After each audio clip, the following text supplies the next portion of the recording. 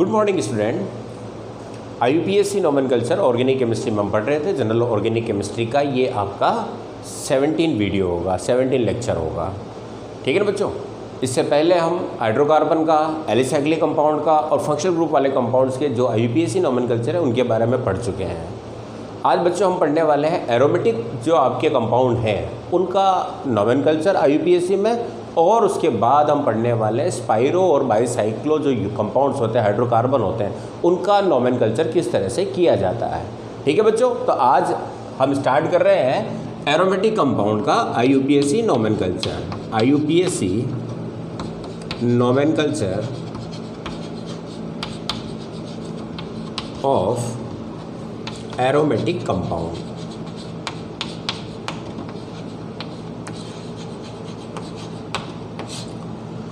बच्चों aromatic compound के बारे में पहले डिस्कस कर चुके हैं। जब हमने हाइड्रोकार्बन का क्लासिफिकेशन पढ़ा था तब भी मैंने आपको बताया था कि जिनमें रेजोनेंस होता है, इसके अलावा सिंगल बॉन्ड, डबल बॉन्ड एकांतर क्रम में होते हैं, अल्टरनेट होते हैं, या लास्ट मैंने बताया था कि वह कंपाउंड एरोमेटिक होगा जो कि हक्कल रूल क्या कहता है बच्चों, 4n+2 पाई इलेक्ट्रॉन की जहाँ पर क्लोज रिंग होती है। यानी कि ये आपके साइक्लिक कंपाउंड होंगे और उस रिंग के अंदर क्या होगा, आपका 4n+2 पाई इलेक्ट्रॉन प्रेजेंट होने चाहिए। 4n का मतलब यहाँ पर क्या है, नंबर ऑफ रिंग। अगर 1 रिंग है तो यहाँ पर आपके कितने इलेक्ट्रॉन होंगे, 6 इलेक्ट्रॉन, जैसा कि आप बेंजीन में देखते हैं। बेंजीन में आपको बताया था मैंने कि एकांतर क्रम में एकल बंध और द्विबंध होंगे, और पाई पाई पाई कुल कितने, 3 पाई बॉन्ड है तो 6 पाई इलेक्ट्रॉन मौजूद हैं, जो कि इस लॉ को फॉलो करता है। n=1 कुल के इलेक्ट्रॉन चाहिए आपको 6 पाई इलेक्ट्रॉन जो मौजूद होते हैं, तो ये एरोमेटिक कहलाते हैं। जनरली हम 12th तक जो आपका सिलेबस है वहाँ पर एरोमेटिक में हम केवल बेंजीन और बेंजीन के डेरिवेटिव को पढ़ने वाले हैं। ठीक है ना। तो बेंजीन और उसके डेरिवेटिव जो है उनका IUPAC में नाम किस तरह से दिया जाता है। बच्चों एक चीज़ ध्यान रखें कि एरोमेटिक कंपाउंड के IUPAC नाम आपको बहुत कम दिखाई देंगे या बहुत कम पढ़े जाएंगे। जनरली इनके जो अन्य नाम हैं, है ना, प्रचलित नाम जो होते हैं उन्हीं से इनको जाना जाता है। तो मैं यहाँ पर उनका IUPAC नॉमेनकल्चर और उनके जो सामान्य नाम है, जनरल नेम है, उन पर आपको फोकस करने वाला हूँ, क्योंकि जनरल नाम ही आपको दिखाई देंगे। तो बच्चों यहाँ पर सिंपल से रूल्स होते हैं, जैसा कि आप IUPAC के हर फैक्टर के अंदर जो रूल्स पढ़ते आए हैं, यहाँ पर जो रूल्स हैं रूल्स वही होंगे, लेकिन यहाँ पर रूल्स ज़्यादा मैच करते हैं किनसे, एलिसाइक्लिक कंपाउंड से। तो एक बार आप लेक्चर नंबर 15 जो एलिसाइक्लिक कंपाउंड का नॉमेनकल्चर मैंने पढ़ाया है उसको एक बार ज़रूर देख लें, ताकि यहाँ पर आपको कॉमन रूल्स में ज़्यादा माथापच्ची करने की ज़रूरत नहीं पड़ेगी। अब देखें आप बेंजीन में कंडीशन आप पहले बता दूं आपको, जैसे कि आपका ये बेंजीन स्ट्रक्चर 1 है, यहाँ पर कोई भी सब्स्टिट्यूट या फंक्शनल ग्रुप रिंग पर सीधा जुड़ा हो सकता है, जैसे कि ये मैंने जोड़ रखा है। अरे कोई भी सब्स्टिट्यूट जुड़ा होगा, चाहे फंक्शनल ग्रुप जुड़ा होगा, तो रिंग पर सीधा अटैच हो। इसके अलावा रिंग के बाहर आपको साइड चेन नज़र आ सकती है, जैसे कि ये है, ये आपकी रिंग है बेंजीन रिंग, और ये आपकी क्या है, साइड चेन। तो ये 3 कंडीशन आप ध्यान रखें। यहाँ पर जितने भी रूल्स हैं वो सारे एलिसाइक्लिक कंपाउंड में जो बताया आपको कि चेन कौन सी होगी, तो वहाँ पर मैं उनको एक बार वापस रिवाइज करने वाला हूँ। वो रूल्स कौन कौन से थे। यहाँ पर आपका सिंपल सा होता है, इनको बेंजीन के डेरिवेटिव माने जाएंगे। यहाँ पर अगर फंक्शनल ग्रुप बाहर हैं और यहाँ नहीं है तो आपको पता है कि जो मेन चेन होती है वो उसी का डेरिवेटिव माना जाएगा। जिसका मतलब ये आपका एलिफेटिक के साथ इनके नाम दिए जाएंगे। एलिफेटिक जो आपका नेचर, मतलब नाम देने की जो नेचर है उसी के अकॉर्डिंग इनको नाम दिया जाता है। ओके। इससे पहले आपको बेंजीन के कुछ मूलक जो मैंने कि रेडिकल के बारे में पूरा एक लेक्चर दे रखा है, आप उनको ज़रूर देख लें, जहाँ पर हाइड्रोकार्बन और बेंजीन के सारे रेडिकल मैंने आपको बता रखे। एक बार मैं शॉर्ट में रेडिकल को इधर रिवाइज कर रहा हूँ, जिसको ध्यान रख लें। ये आपका बेंजीन होता है, क्लियर है, ठीक है ना। जब यहाँ पर कोई सब्स्टिट्यूट नहीं है तो इसका जो रेडिकल मिलेगा वो सिंगल होगा, यानी कि एक हाइड्रोजन चला जाता है, तो हम इसको क्या कहते हैं, ये हाइड्रोजन यहाँ से चला गया तो ये कहलाता है फेनिल। ठीक है, पहले पढ़ा रखा बच्चों मैंने, फेनिल है। ओके, इसको हम PH भी लिखते हैं, इसके अलावा 5 भी लिखा जाता है। और अगर आपके 2 सब्स्टिट्यूट आते हैं, यानी कि यहाँ पर डाई सब्स्टिट्यूट रिंग हैं, तो इसमें आपको 3 स्ट्रक्चर मिलती हैं जो मैंने आपको बता रखी है, 1, 2 और 3 ये आपका फेनिलीन कहलाएगा। ये तो हो गया आपका C6H5, ये हो जाता है C6H4 जिसको हम फेनिलीन कहते हैं। और फेनिलीन में ये क्या है आपका ऑर्थो पहली पोजीशन, जिसको कि 1,2 कहा जाता है, तो 1,2 या ऑर्थो, ये 1,3 या मेटा, और ये 1,4 या पेरा, ये आपको पता है। फिर मैंने आपको टोलुइन के रेडिकल बताए थे, तो टोलुइन के रेडिकल क्या थे, ये CH3 टोलुइन है। और यहाँ से आपके जो रेडिकल है, सबसे पहला ये था, अधिकांश नाम मिलेंगे आपको, ये आपका बेंजील है, बेंजील। फिर अगर 2 चले जाते हैं यानी कि डाई सब्स्टिट्यूट हो जाता है इस तरीके से, तो इसको हम क्या कहते हैं, बेंजल, बेंजल। और अगर 3 हो जाते हैं तो इसे क्या कहते हैं हम, बेंजो। ये आपको पता है, ये रेडिकल मैंने आपको जनरली वहाँ बता रखे हैं। ओके, तो आप इन रेडिकल को ध्यान रख लें, वापस एक बार समझ लें, क्योंकि इनके सामान्य नाम यहीं से आने वाले हैं। ओके बच्चों, सबसे पहले आप इसका स्क्रीनशॉट ले लें ताकि फिर मैं नॉमेनक्लेचर स्टार्ट करता हूँ।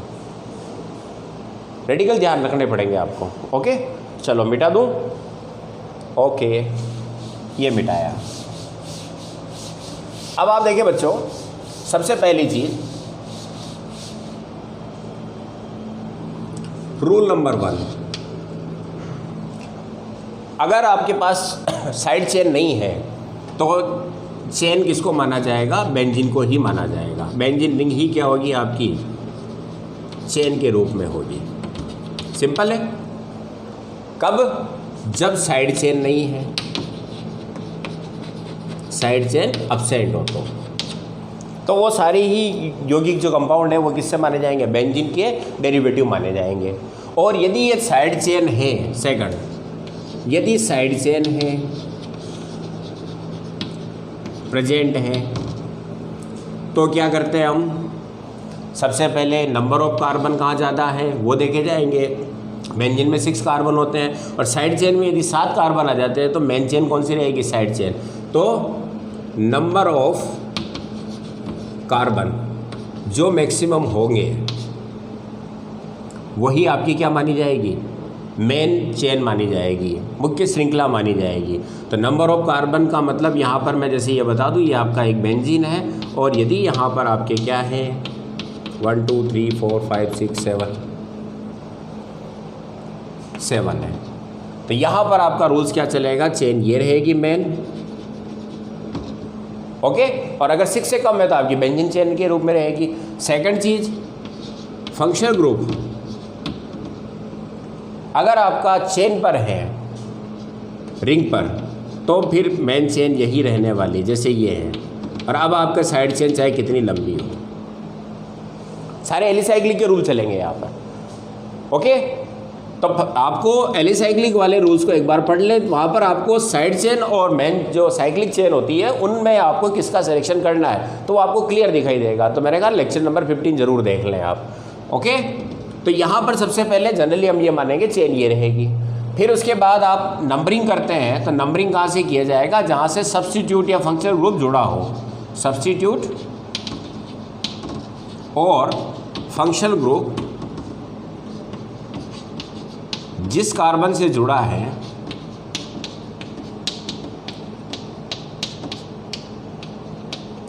उसे मिनिमम नंबर दिया जाएगा। अभी एग्जाम्पल लेने वाले हैं हम, मिनिमम नंबर दिया जाएगा।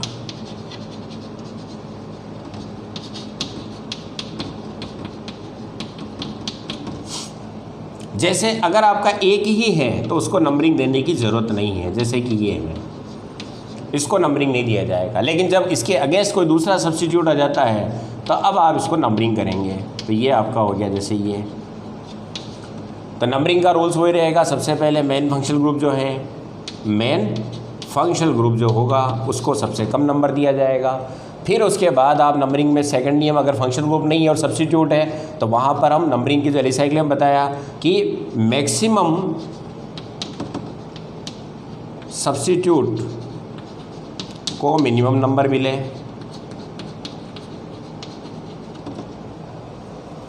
ओके, मैक्सिमम को। और इसके अलावा फिर आपको बताया कि अल्फ़ाबेट में जो पहले हो, अल्फ़ाबेट में जो फर्स्ट हो उसे मिनिमम नंबर दिया जाए। तो ये सारे रूल्स मैं वापस रिवाइज कर रहा हूँ, है ना। ये सारे रूल्स वहीं से लिए गए जो आपका एलिसाइक्लिक कंपाउंड में थे, जो वहाँ पर नियम लिए थे नंबरिंग के, वही यहाँ पर नंबरिंग के रूल्स रहेंगे। क्लियर है बच्चों। तो जनरली आपको चेन के रूप में यहाँ पर बेंजीन, अधिकांश आपको बेंजीन चेन के रूप में नज़र आएगी, और आपके जो है कोई फंक्शनल ग्रुप जुड़ा हुआ है तो, और सब्स्टिट्यूट जुड़ा हुआ है तो वहाँ पर नंबरिंग किया जाएगा, ठीक। और एक चीज़ और ध्यान रखें, थर्ड रूल जो मैं बता रहा हूँ कि यदि रिंग के ऊपर कार्बन युक्त फंक्शनल ग्रुप जुड़ा है, कार्बन युक्त फंक्शनल ग्रुप जुड़ा है, कहाँ, रिंग पर, जैसे कि आपका इस तरीके से, तो यहाँ आप जनरली सामान्य कुछ जगह पर आपको मिलेगा, सामान्य सफिक्स भी काम में लिया गया है, लेकिन आईपीएससी कहता है कि यहाँ पर क्या हो, स्पेशल जो इनके सफिक्स हैं, स्पेशल सफिक्स लगाए जाएंगे, जिन पर हम डिस्कस कर चुके हैं। स्पेशल सफिक्स का मतलब जैसे इसको क्या कहेंगे, कार्बेल्डिहाइड, COOH तो क्या कहेंगे, कार्बोक्सिलिक एसिड, CONH2 तो क्या कहेंगे, कार्बेमाइड। उनका आपको प्रयोग करना, जो टेबल आपके पास पहले से मैंने बता रखी है। तो ये जनरल चीज़ें हैं आपकी। अब हम एग्जाम्पल के द्वारा इन सारी चीज़ों को सोल्व करने वाले हैं। ओके बच्चों, स्क्रीनशॉट ले लें इसका। अब आप देखें एग्जाम्पल्स जो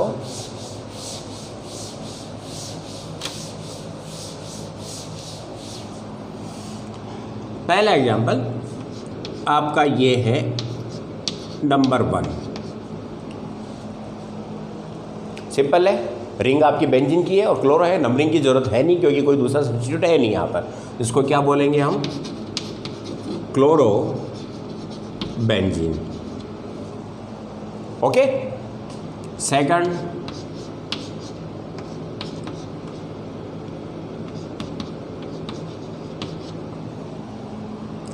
अब देखें आप सभी को 1 2 3 मिलेगा नंबरिंग। अल्फ़ाबेट में पहले कौन है, ब्रोमीन, इधर है क्लोरीन। तो इधर से नंबर देते तो जो अल्फ़ाबेट में कम है उसको नंबर मिल जाएगा। ये एलिसाइक्लिक में रूल बताया मैंने आपको। तो 1 2 एंड 3, और आप इसका नाम लिखेंगे तो ये सारी किस में चले जाएंगे, आपके सेकेंडरी प्रीफिक्स के रूप में। तो 1 ब्रोमो, ओके, 3 क्लोरो, 1 आइडो, और फिर उसके बाद क्या हो जाएगा आपका बेंजीन। ओके, और देखते हैं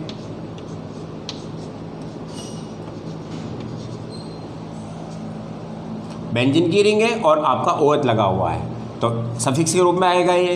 तो बेंजीन धन ऑल, तो बेंजीनॉल,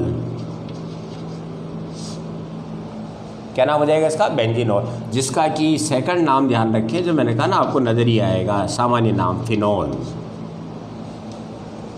मैंने कहा ये बेंजीनॉल आपको बहुत कम दिखाई देगा, आपको फिनॉल नाम से, आपके सारे चैप्टर फिनॉल से चलेंगे तो इसको फिनॉल कहा जाएगा। तो मैं सारे नाम वो एक साथ लिखा रहा हूँ इनके, जो आपके NCERT की बुक में या 12th तक आपके जो एरोमेटिक कंपाउंड्स आप स्टडी करने वाले हो।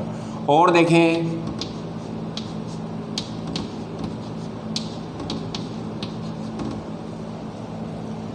ये आपका है 1 2, इधर से चाहे उधर से, तो 1 2, तो बेंजीन 1,2 दो बार है डाई ऑल। ये सारे ही रूल्स आपके पास है। 2 बार अगर क्रियात्मक समूह होता है डाई ट्राई टेट्रा का प्रयोग करेंगे, 2 3 4 जो भी बार है। तो इसका यूपीएससी नाम क्या हो जाएगा, बेंजीन 1 2 डाई ऑल, या इसको हम जो दूसरा नाम है वो है कैटेकोल। तो बच्चों आपको कैटेकोल नाम से मिलेगा है, जबकि इसको ऑर्थो हाइड्रोक्सी फिनॉल भी कहा जा सकता है। तो सभी नाम इसके वैलिड हैं, लेकिन IUPAC का जो रूल्स के अनुसार जो नाम है वो होगा बेंजीन 1,2-डाइओल। इस तरह से आपके ये पोजीशन चेंज होगा। तो सेकंड हो गया आपका ये, और थर्ड हो गया आपका पैरा पर चला गया है। ये ऑर्थो पर है, ये मेटा पर है और ये पैरा पर है। जब मेटा पर हो तो इसको कहेंगे हम बेंजीन 1,3-डाइओल 1, 2, 3, और बाकी नाम है इसका रिसोर्सिनोल। ये इंपॉर्टेंट है बच्चों, ध्यान रखें रिसोर्सिनोल को। इसके बाद आपका ये है, तो इसका नाम क्या हो जाएगा? बेंजीन है 1, 2, 3, 4, 1, 2 and 3, 4, तो नाम हो गया बेंजीन 1,4-डाइओल, और बाकी नाम है इसका क्विनोल। तो ये नाम आपको जनरली दिखने वाला है, कैटेकोल, रिसोर्सिनोल, क्विनोल, फिनोल।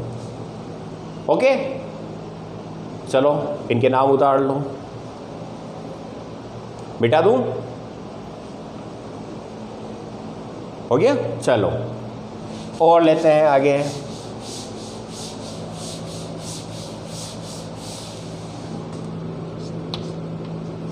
मैं वो सारे नाम ले रहा हूं जो आपकी बुक में मिलेंगे आपको।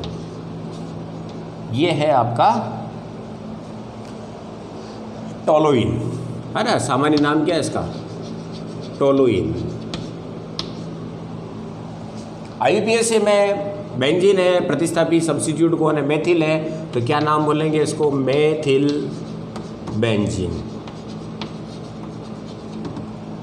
ठीक है बच्चों, बाकी इसका नाम क्या मिलेगा आपको? टोलुइन मिलेगा। और देखते हैं CH3, ये इसको क्या बोलेंगे हम? 1, 2, इधर से दो जाए उधर से दो, तो 1,2 डाइमेथिल, दो बार है 1, 2 डाइमेथिल, और फिर उसके बाद क्या हो जाएगा? बेंजीन। जबकि इसका नाम दूसरा क्या है? ऑर्थोजाइलिन। ऑर्थोजाइलिन। अब आप देखें इसको, ये आपको 3 जगह मिल सकता है, ऑर्थो, मेटा और पैरा। तो बच्चों इसको हम इस तरीके से भी लिख सकते हैं। इसका मतलब ये रिंग पर 3 जगह बताई जा रही है। तो इसको कहेंगे, अगर मेटा पर आता तो मेटाजाइलिन, पैरा पर आता तो पैराजाइलिन। इसका मतलब इसके 3 फॉर्म हो जाएंगे, ऑर्थो, मेटा, पैरा, जाइलिन। और IUPAC में जो नाम होगा 1, 2 dimethyl, 1, 3 dimethyl, 1, 4 dimethyl benzene. Clear है बच्चों? और लेते हैं एग्जाम्पल OHCH3। अब ये है आपका क्रिसोल। क्या है ये?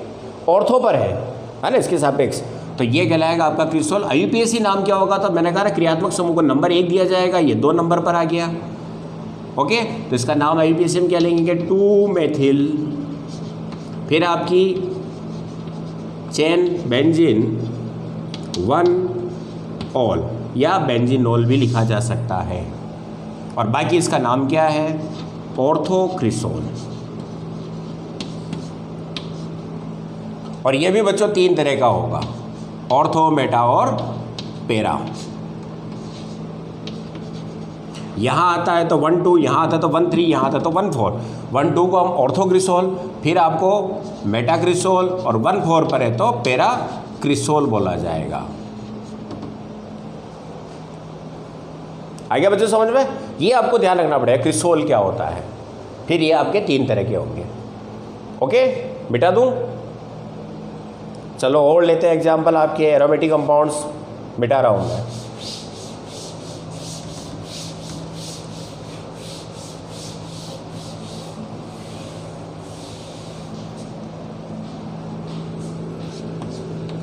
ये आपका जैसे कि एल्डिहाइड ग्रुप है,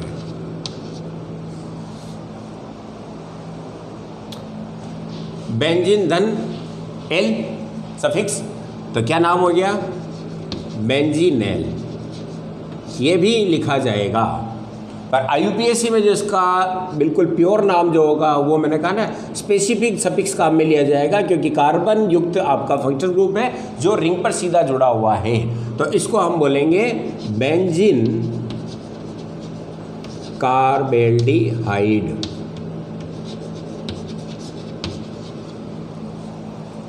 ओके, इसको सामान्य भाषा में बेंजल्डिहाइड भी कहा जाएगा, बेंजल्डिहाइड। तीनों ही नाम आपको नजर आएंगे, लेकिन IUPAC में जो नाम है एक्यूरेट नाम वो ये होगा। और देखते हैं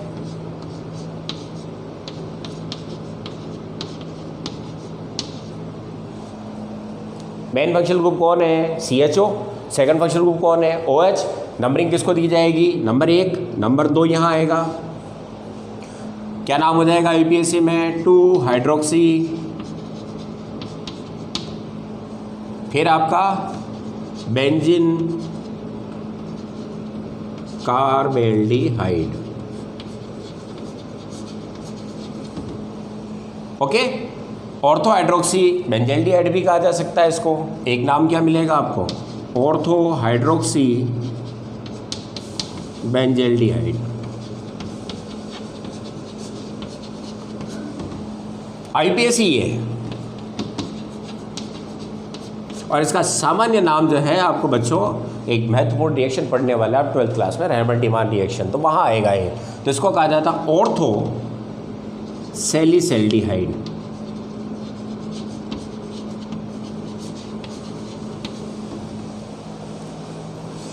ऑर्थो सैलिसिल्डिहाइड।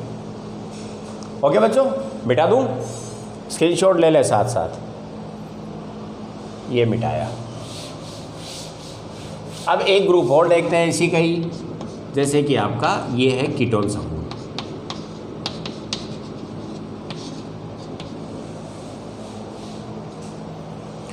अब यहां पर फंक्शनल ग्रुप साइड चेन पर है, तो IUPAC नाम देखें 1 2, ये चेन होगी। तो IUPAC में इसको क्या बोलेंगे, 1 फेनिल। अब ये सब्स्टिट्यूट के रूप में है, 1 फेनिल एथ धन ऑन एथेनोन।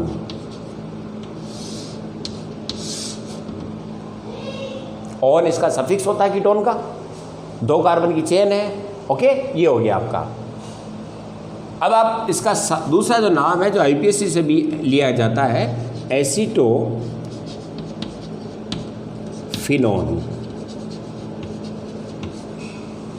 एसीटोफिनोन। ओके, एक नाम और है जैसे आपका इसी से ही CO, और यहाँ पर भी आपकी क्या है, रिंग है। तो बच्चों इसका IUPAC में नाम जो है वो भी क्या है आपका, बेंजोफिनोन। बेंजोफिनोन।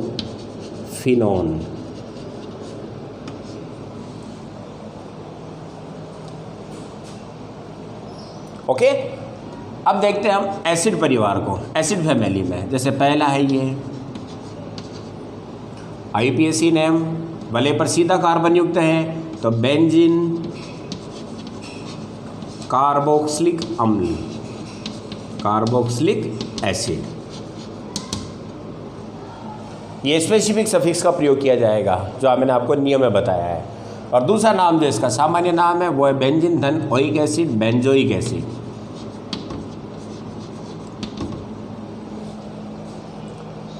ठीक है बच्चों, अब आप एक और एग्जाम्पल देखें एसिड्स की, जो इम्पोर्टेंट एग्जाम्पल है COOH है, और यहाँ पर आपका क्या है, OH है। वहाँ पर आपका था सैलिसिल्डिहाइड ऑर्थो, और ये हो जाएगा ortho salicylic acid. Ortho salicylic acid. और IUPAC नाम क्या होगा, तो 1 2 हाइड्रोक्सी सफिक्स के रूप, प्रीफिक्स के रूप में आएगा, क्योंकि मेन फंक्शनल ग्रुप ये है बेंजीन कार्बोक्सिलिक एसिड। ये इसका IUPAC नाम होगा। ठीक है बच्चों, मिटा दूं, चलो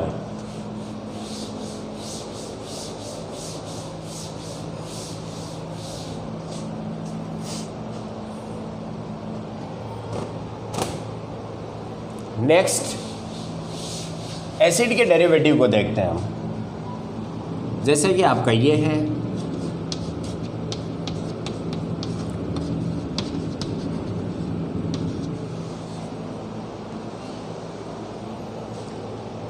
ये आपका वलय है, ये आपका फंक्शनल ग्रुप है। ओके, और ऐसे मैंने बताया आपको कि दो चेन होगी, ये आपकी एक और चेन इधर जा रही है, इसको फर्स्ट में लिखेंगे तो क्या हो जाएगा, इसका नाम मेथिल सबसे पहले आ जाएगा। और अब रिंग, बेंजीन और स्पेशल सफिक्स कार्बोक्सिलेट, ये इसका आईपीएसी नाम होगा, मेथिल बेंजीन कार्बोक्सिलेट। और बाकी इसको दूसरा नाम देते हैं मेथिल बेंजोएट।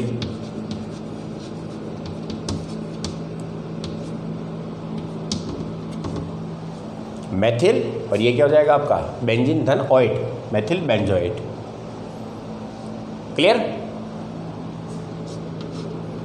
अगला जो है आपका, जैसे कि इसका नाम लेते हैं तो सभी के सिमिलर रूल्स हैं। बेंजीन स्पेशल सफिक्स कार्बेमाइड, तो नाम हो गया benzene कार्बेमाइड। Okay,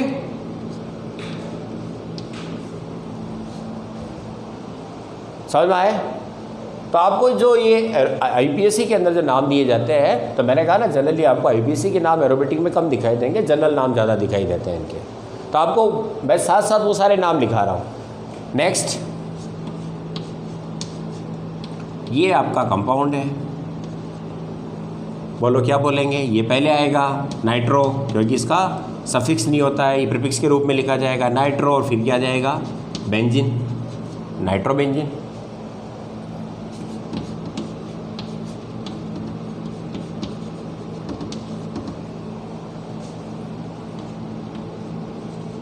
benzene amine, benzene amine, benzene धन सफिक्स क्या हो गया आपका एमीन, पर इसका जो प्रचलित नाम है वो है एनिलीन।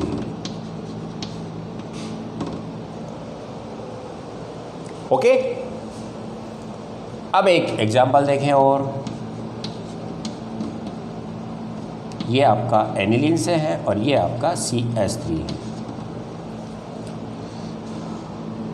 एमीन 1 2 क्या लिखेंगे, ये तो आपका फंक्शनल ग्रुप हो गया, 2 methyl benzene plus amine, benzene amine, और इसको कहा जाता है एक नाम और ऑर्थो टोलुडिन, टोलुडिन। तो ये आपका ऑर्थोटोलुडिन, फिर आपका मेटा और फिर आपका पैराटोलुडिन होगा, 3 जगह जा सकता है। ओके, इसी तरह से साइनाइड है, जैसे कि आपका ये CN है,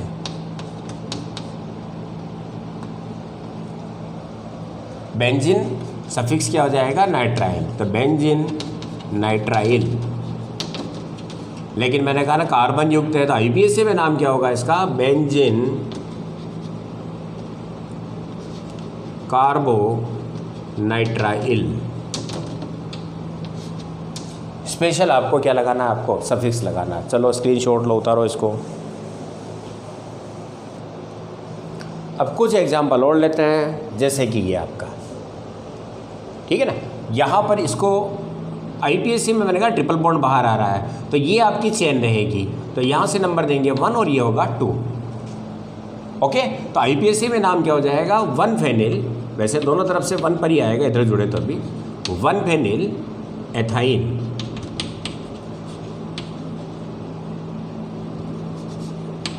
एथाइन।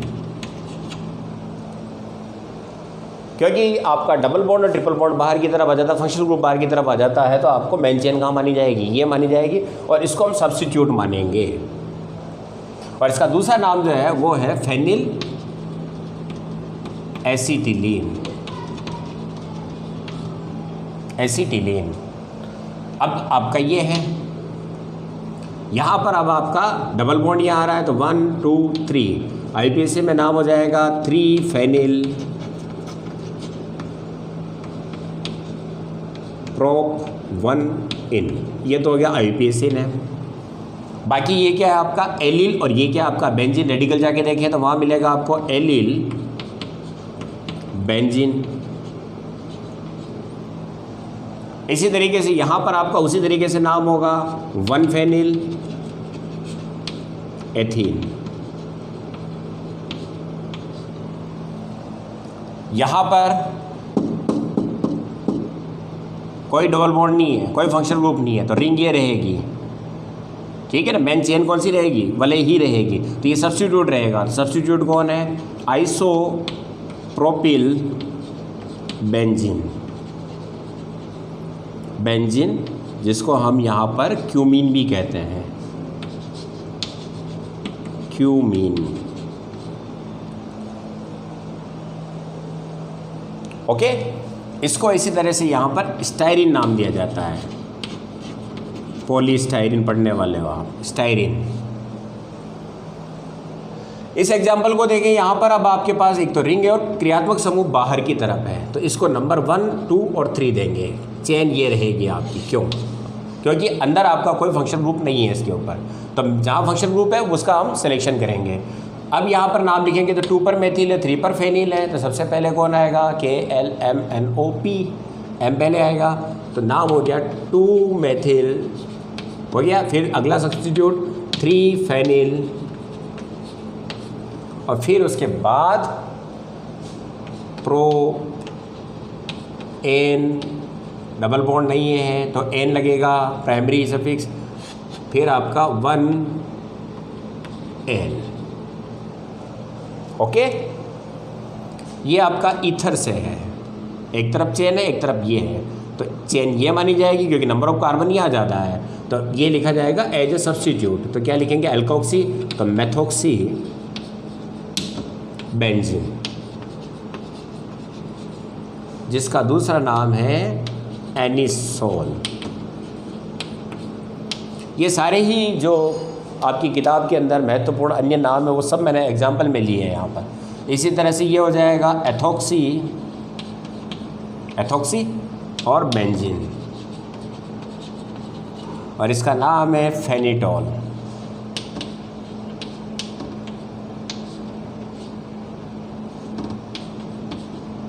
फेनिटॉल। ओके, तो ये जितने भी आपके एरोमेटिक कंपाउंड्स हैं जो आप स्टडी करने वाले हैं, उनके सबके रूल्स और उनके नाम और उनके एग्जाम्पल और उनके अलग से जो नाम हैं, जो आपको जनरल नाम मिलने वाले हैं, उन सबको मैंने एक साथ लिखा है। आप अन्य नाम को यहाँ पर थोड़ा सा मेमोरी में रखना पड़ेगा, ध्यान रखना पड़ेगा, क्योंकि आपको वही नाम रिएक्शन में पूछे जाएंगे। आप पेपर भी देंगे, एग्जाम भी देंगे, तो वहाँ पर भी उनके IUPAC नज़र नहीं आएंगे एरोमेटिक में। उनके जनरल जो नेम है, पॉपुलर नेम है, जैसे एनिलीन है तो एनिलीन दिखाई देगा, वहाँ पर आपको एमिनो बेंजीन या बेंजीन एमीन नज़र नहीं आने वाला है, तो आप इनको ध्यान रखें। ओके, चलो इसका स्क्रीनशॉट ले लें। अब इसके बाद मैं आपको बताने वाला हूँ स्पाइरो और बाईसाइक्लो कंपाउंड। ओके, चलो इसका स्क्रीनशॉट लो।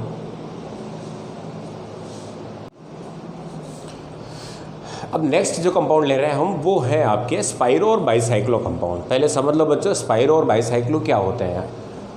एक एग्जांपल ले रहा हूँ मैं, जैसे कि आपका 1 2 3 4 5 6, ये 6 कार्बन की एक रिंग है, और इधर वापस आपकी एक रिंग और बना ली मैंने जो कि 5 कार्बन की है। या इसको मैं लीनियर रूप में लिखूं तो ये इस तरीके से है। एक कंपाउंड और ले रहा हूं मैं,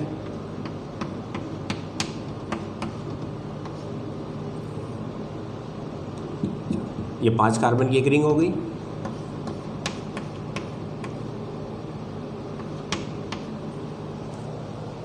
इसको मैं अगर लीनियर फॉर्म में लिखूं तो ये इस तरह से हो जाएगा आपका।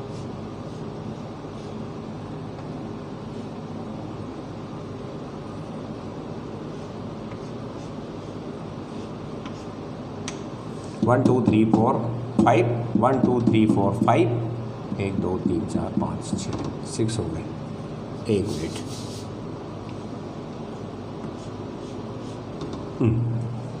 अब देखें आप, अब दोनों कंपाउंड को अगर आप देखते हैं तो यहाँ पर आप देखें कि एक चीज़ आपको नज़र आ रही होगी, ये कार्बन और ये कार्बन, ये दोनों ही कार्बन क्या है, कॉमन है दोनों रिंग के बीच में। ये दोनों कार्बन इस रिंग का पार्ट भी है और इस रिंग का पार्ट भी है, और यहाँ पर आपका एक कार्बन क्या है, कॉमन है, इस रिंग के अंदर भी और इस रिंग के अंदर भी है। तो जब आपके दो कार्बन या तीन भी हो सकते हैं और रिंग हो सकती है, जैसे कि आपका ये है,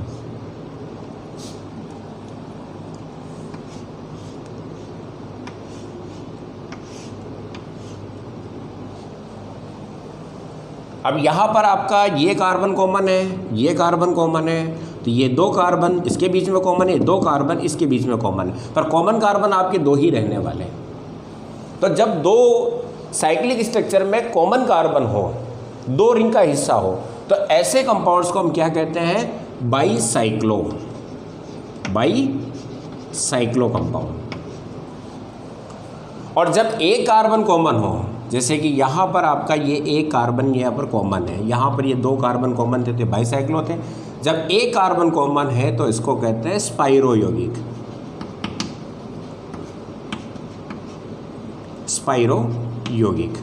स्पाइरो कंपाउंड, स्पाइरो कंपाउंड। और ये आपके बाईसाइक्लिक, द्विचक्रीय, हिंदी में क्या कहेंगे इसको, द्विचक्रीय। समझ में आया?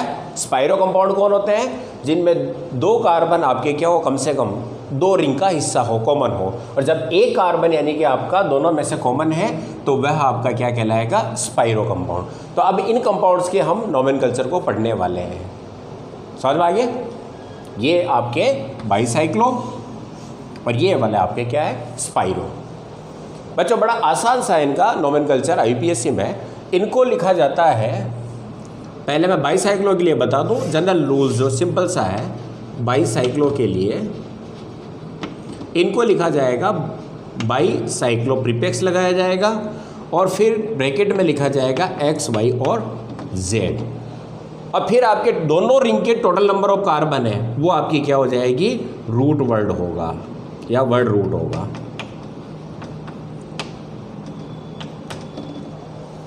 और स्पाइरो में क्या किया जाता है, तो स्पाइरो कंपाउंड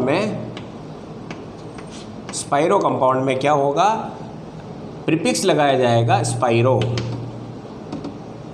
ओके, और वापस ब्रैकेट में लिखा जाएगा X, Y और Z, और फिर आपका हो जाएगा यहाँ पर वर्ड रूट जो आएगा, यानी कि जो आपकी कार्बन की chain, total number of carbon कितने हैं। अभी एग्जाम्पल समझाने वाला हूँ। तो दोनों रिंग के टोटल कार्बन यहाँ पर जैसे कि 4 है तो ब्यूट हो जाएगा, 5 है तो पेंट हो जाएगा, इस तरह से चलेगा। X, Y, Z जो बाईसाइक्लो में लिखे जाएंगे ये आपके किस रूप में होंगे, डिसेंडिंग ऑर्डर में, अवरोही क्रम में, और यहाँ पर जो होंगे वो किस रूप में होंगे, असेंडिंग रूप में।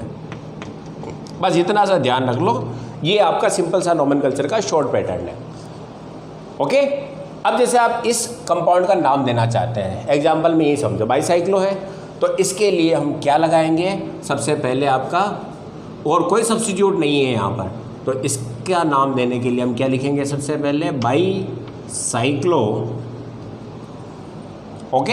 अब आपका ब्रैकेट में आएगा X, Y, Z, तो यहाँ पर आपका 1, 2, इस रिंग के अंदर टोटल नंबर ऑफ कार्बन कितने हैं, 1, 2, 3 और 4, इनको छोड़कर 1, 2, 3 और 4, इधर कितने हैं, 1, 2 और 3।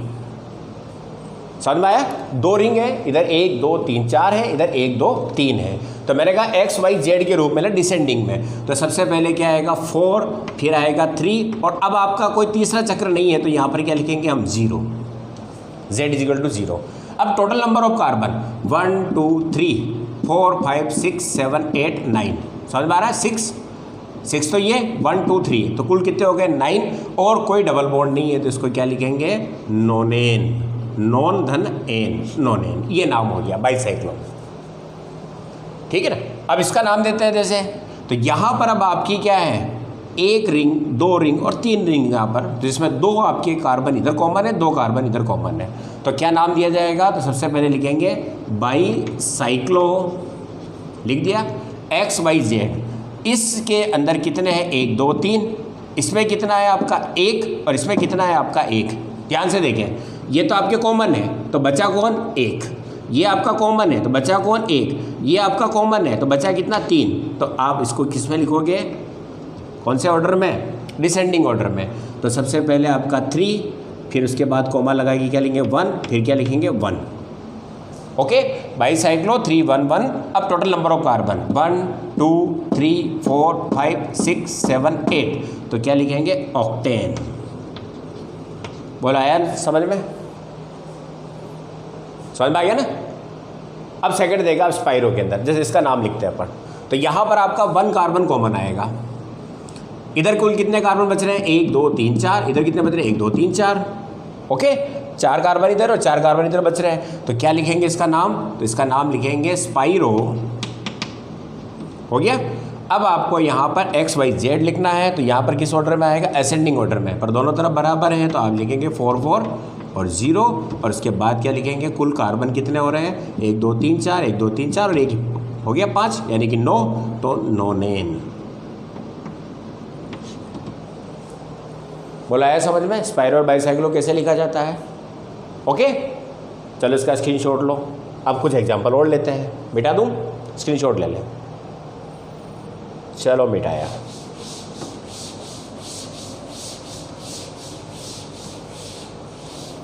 अब आप अदर एग्जांपल देखें इसके और, ठीक है ना?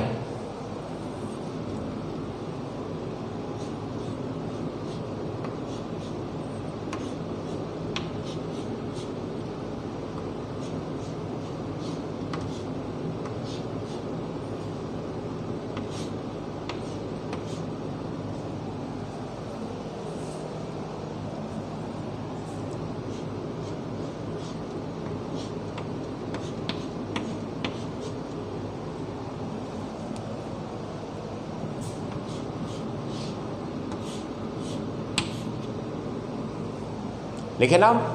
ये पहला क्या आपका? स्पाइरो, 1 कॉमन है। इधर कितने हैं? 1 2 3 4 5। इधर कितने हैं? 1 2 3 4। स्पाइरो में क्या करेंगे हम? असेंडिंग ऑर्डर रखेंगे, तो यहाँ पर आपका क्या हो जाएगा? स्पाइरो ब्रैकेट में एक तरफ कितने हैं? असेंडिंग ऑर्डर में, तो 4 5 0, फिर आपके टोटल नंबर ऑफ कार्बन 1 2 3 4 5 6 7 8 9 10, तो डेकेन। यहाँ पर आप देखिए कॉमन कितना आ रहा है? ये इन दोनों में कॉमन है, ये इन दोनों में कॉमन है। क्लियर? ये आपका कॉमन आ रहा है इस दोनों में, ये इसमें कॉमन आ रहा है, तो क्या नाम हो जाएगा? बाईसाइक्लो। अब ब्रैकेट में यहाँ पर डिसेंडिंग ऑर्डर, तो इसमें ये तो आपका कॉमन आ रहा है, बचा क्या? 1। इधर आपके 2, इधर कितने? 3, तो हम डिसेंडिंग ऑर्डर में 3 2 1, और फिर कुल नंबर ऑफ कार्बन 1 2 3 4 5 6 7 8 9, 1 2 3 4 5 6 7 8 9, तो नोनेन। यहाँ पर सिंपल सा है, ये आपका कॉमन है, 1 2 3 4 कार्बन इधर, 1 2 3 इधर है, तो नाम हो जाएगा बाईसाइक्लो 4 3 0, और टोटल नंबर ऑफ कार्बन 6 7 8 9, नोनेन। यहाँ पर स्पाइरो है, ये 2 इधर है और 2 इधर है, तो स्पाइरो 1 1 0, कुल नंबर ऑफ कार्बन 1 2 3 4 5, पेंटेन।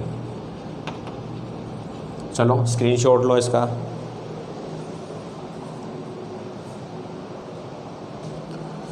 तो बच्चों ये थे आपके एरोमेटिक कंपाउंड, उनका नोमेनकल्चर, और बाईसाइक्लो और स्पाइरो यौगिकों का नोमेनकल्चर। तो बच्चों 14 15 16 17 4 लेक्चर IUPAC के बारे में थे, जहां पर हमने हाइड्रोकार्बन के रूल्स और उनके नोमेनकल्चर के बारे में पढ़ा, फिर एलिसाइक्लिक के बारे में पढ़ा, फिर मोनोफंक्शनल ग्रुप और पॉलीफंक्शनल ग्रुप के बारे में पढ़ा, और आज लास्ट हमने एरोमेटिक और बाईसाइक्लो और स्पाइरो कंपाउंड्स के नोमेनकल्चर के बारे में पढ़ा। तो उम्मीद है कि आपका IUPAC कंप्लीट हो गया होगा, रूट कंप्लीट हो गया, डेरिवेटिव कंप्लीट हो गया, यानी कि हमने सभी तरह का नोमेनकल्चर कंप्लीट कर लिया है। आप किसी भी पैटर्न में नाम दे सकते हैं। तो बच्चों आप एनसीईआरटी की बुक को उठाएं आपकी 11th और 12th की, उसमें जितने भी ऑर्गेनिक कंपाउंड आपको दिखाई दे रहे हैं ऑर्गेनिक में, उन कंपाउंड्स को आप क्या करें, उनकी स्ट्रक्चर को देखें और हर पैटर्न में, क्योंकि मैंने बताया आपकी बुक में अधिकांश 1 2 3 4 तक है, 4 तक रूट नाम और डेरिवेटिव नाम भी दिए जाते हैं। तो आप उस कंपाउंड को डेरिवेटिव, रूट और आप आईपीएससी में देने की कोशिश करें। और प्रॉब्लम होती है तो कमेंट बॉक्स में आप कमेंट करें, क्वेश्चन लिखें आप, ओके, आपको सॉल्यूशन मिलेगा। अब मैं इसके बाद आपको एक्सरसाइज देने वाला हूँ, तो उस एक्सरसाइज पर आपको वर्क करना है, ठीक है ना। एक्सरसाइज को कंप्लीट करोगे आप, काफ़ी सारे नाम देने वाला हूँ, तो नाम को आपको कंप्लीट करना है। और इसके बाद हम जो पढ़ने वाले हैं वो क्या पढ़ेंगे, नेक्स्ट टॉपिक आइसोमर के बारे में, आइसोमेरिज्म ऑफ ऑर्गेनिक कंपाउंड। बहुत मज़ेदार है और काफ़ी इंपॉर्टेंट है। अब ये कॉम्पिटिशन एग्जाम में भी आइसोमेरिज्म पर क्वेश्चन आता है, तो आइसोमेरिज्म के बारे में हम नेक्स्ट लेक्चर स्टार्ट करने वाले हैं, ठीक है। तो इसकी एक्सरसाइज आप कंप्लीट करेंगे, ओके, प्रॉमिस करना है आपको। Thank you.